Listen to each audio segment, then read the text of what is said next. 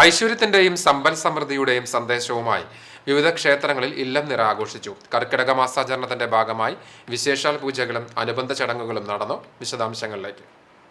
വടക്കേക്കാട് കപ്പിളിയങ്ങാട് ശ്രീ ഭഗവതി ക്ഷേത്രത്തിൽ രാമായണ മാസാചരണത്തിന്റെ ഭാഗമായി അഷ്ടദ്രവ്യ മഹാഗണപതി ഹോമവും ഇല്ലം നിറയും ആധ്യാത്മ പ്രഭാഷണവും ഔഷധക്കഞ്ഞി വിതരണവുമാണ് നടന്നത്. ആഗസ്റ്റ് 11 കർക്കിടകം 27 ഞായറാഴ്ച രാവിലെ ചടങ്ങുകൾ ആരംഭിച്ചു.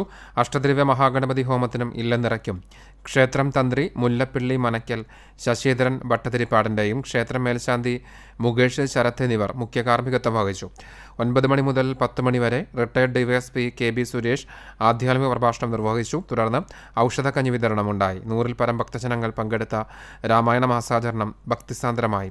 ക്ഷേത്രം ട്രസ്റ്റി മണപ്പുറം ദിവാകരൻ രാജ, ക്ഷേത്ര committee president Pramod Kiliyamparambil, secretary Dhanesh Thamarassery, treasurer Vasanthan Mookkanamkulangara, മാതൃസമിതി പ്രസിഡന്റ് നിർമ്മല മണികണ്ഠൻ, ഭാരവാഹികളായ അശോകൻ, വിജയൻ, ഓഫീസ് കോർഡിനേറ്റർ പ്രജീഷ് തുടങ്ങിയവർ നേതൃത്വം നൽകി.